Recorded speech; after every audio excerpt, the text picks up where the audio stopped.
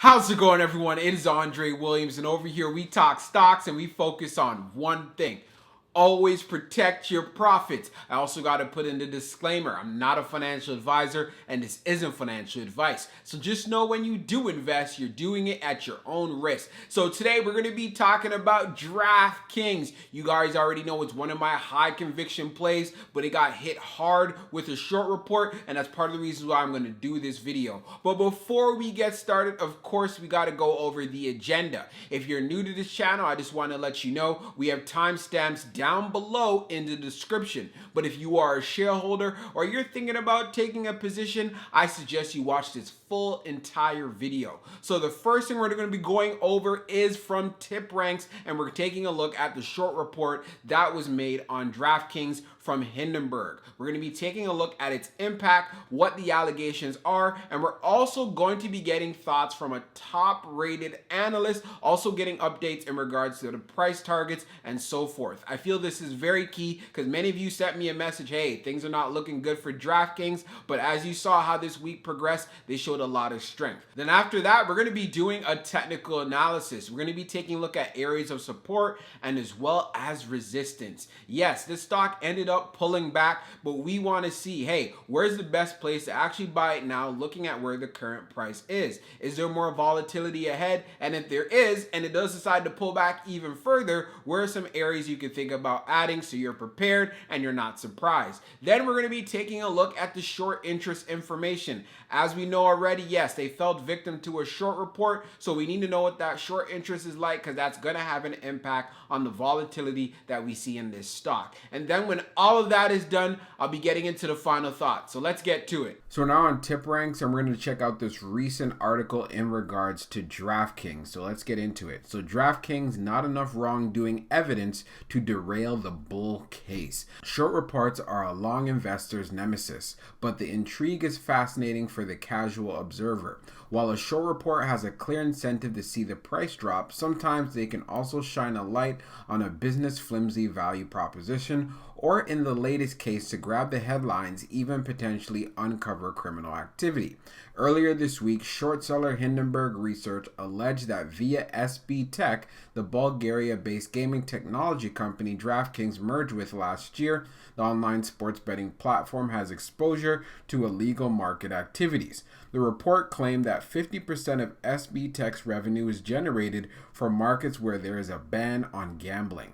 Draftkings has released a statement denying any nefarious activities, but that wasn't enough to halt the share's midweek slide. However, was it just a knee-jerk reaction by the market, or is the Draftkings story one which hinges on the increasing adoption of online gambling about to be seriously derailed? Jefferies analyst David Katz think it is besides the point whether SB Tech has had some gray market exposure in the past, claiming this aspect is inherent in numerous global markets.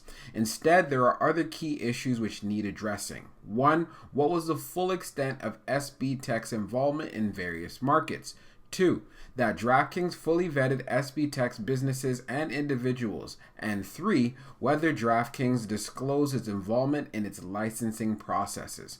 Another element to consider is whether Draftkings has done enough to distance itself from any current activity in illegal markets. In the June 15th press release, the company had indicated it had done so. Katz thinks the revelation's outcome could range from the no impact to fines to licensure impact. Katz also thinks it's important to know whether bringing SB Tech under the fold was based on owning and developing the technology rather than any revenues or profits generated outside the US. If based on the former, as the 5-star analyst believes, then it should mitigate the risk to some degree. To make any call regarding the shares in the near term, however, Katz says there's not yet enough information available until more is known about the affair. He refrains from reacting aggressively one way or the other. Longer term, however, Katz remains comfortable with Draftkings' positioning and capabilities. As such, Katz sticks with a buy rating and a $75 price target for Draftkings stock. This target suggests the stock will be changing hands for a 52% premium a year from now. Most of Katz's colleagues also remain in Draftkings' corner. Based on 16 buys versus 4 holds, the stock has a strong buy consensus rating, while the $69.38 average average price target implies gains of 42% could be in the cards over the next 12 months. And as you can see right here, we have 16 analysts saying giving it a buy and 4 giving it a hold, and you can see the $69.38 in regards to its overall upside. So when we look at David Katz's track record, he's ranked 572 out of 7,549 analysts. His success rate is at 58% and his average return is 21%. So yes, he is actually beating the market overall in general. So taking everything into consideration, what he says does carry a lot of weight, and we have seen the Draftkings stock recover. So we're going to do a technical analysis for Draftkings. Let's see how it performed on Friday. So it ended up closing at $48.06, being down 2.32% on the day. On the low, it tested $47.43, and on the high, testing $49.57. So first and foremost, we want to see how it's lining up with our indicators. We are using the 1-year daily chart. If we take a look at this RSI down below, you can see clearly it's right around this 42 level. So that tells us this is in the oversold territory. If we see how it lines up with our indicators here, of course, it is below the 100-day, the 200-day, and as well as a 21-day EMA. When that short report came out, as you can see here, yes, Draftkings got hit fairly hard, but you could also see there was a tremendous amount of buying volume on this day as well, and it's part of the reasons why the stock was able to recover very quickly. We did know on Friday we had a very volatile day in the market. The SPY literally almost fell off a cliff, and it was literally continuing this going into after hours. But one thing we could see here, we want to see if Draftkings can actually hold up this area at $48. Yes, it tested into the $47 range, but going forward, I want to see it being able to hold up 48 and then come back to reclaim the 21-day EMA back at $50.32, or just being at above 50. Before this report actually did come out, Draftkings was literally trading right here around $56. So if you believe in the long-term prospects of Draftkings like myself, and if we take a look even at the 52-week high being at $74.38, there's definitely a lot of upside in this stock. As far as analyst predictions, they are just below $70.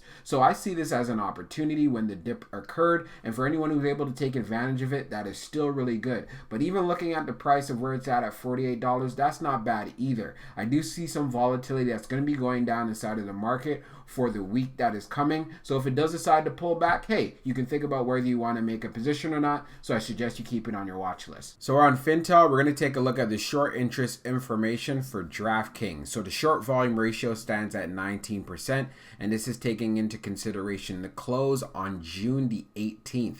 What does this look like? So out of 12.1 million shares that were traded, 2.3 million of these shares were actually sold short. So as we scroll down on the page, the short shares availability updated 22 minutes ago is at 7.9 million, and the short ball free rate is at 0.42%. Now, as we take a look at the short volume ratio, the history, look at this. We could see on the 16th, it was at 36.19, the highest it's ever been, especially in this period dating back all the way to June 7th. And of course, this is when it was being shorted heavily, and we saw that big time pullback in the price. But one thing to do keep in mind of, look at this, it went from 36, went to 20, and now it's down to 19. So taking all of this into consideration, yes, short sellers are able to make some good money here, but we also do see, due to the fact that the stock was able to rally, a lot of shorts ended up having to cover their positions. So for my final thoughts for Draftkings,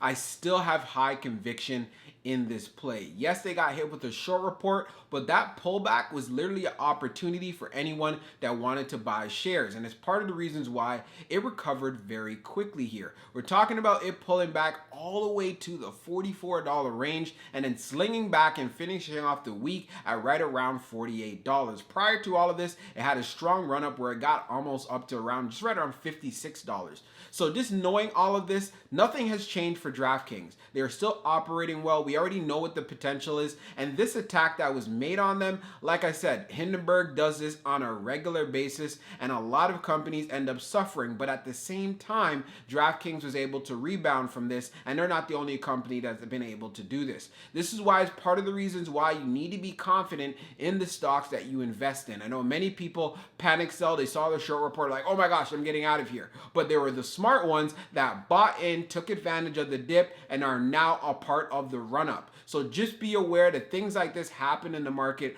all the time, and it's part of the reasons why you need to have confidence with the stocks that you actually invest in. When we take a look at the analyst price target, it's just below $70. I feel DraftKings should be able to hit $70 within 1 year. So taking a look at the overall upside, it is definitely there. You're going to be beating the market overall in general when you take those gains into consideration. So if you've been thinking about getting into this play, continue to keep it on your watch list. I feel like the market that we have coming up, especially for the week going from Monday forward, there's going to be a little bit more volatility, and it can pull back even further. And if it does decide to do that, you guys already know I'm going to add, because like I said, I believe in this company. When we take a look at the short interest information here, we can see the short interest was really high when that report ended up coming out. But what's happening? The short interest ended up going down, and it's very significant here. So I think it was around 36% being at that high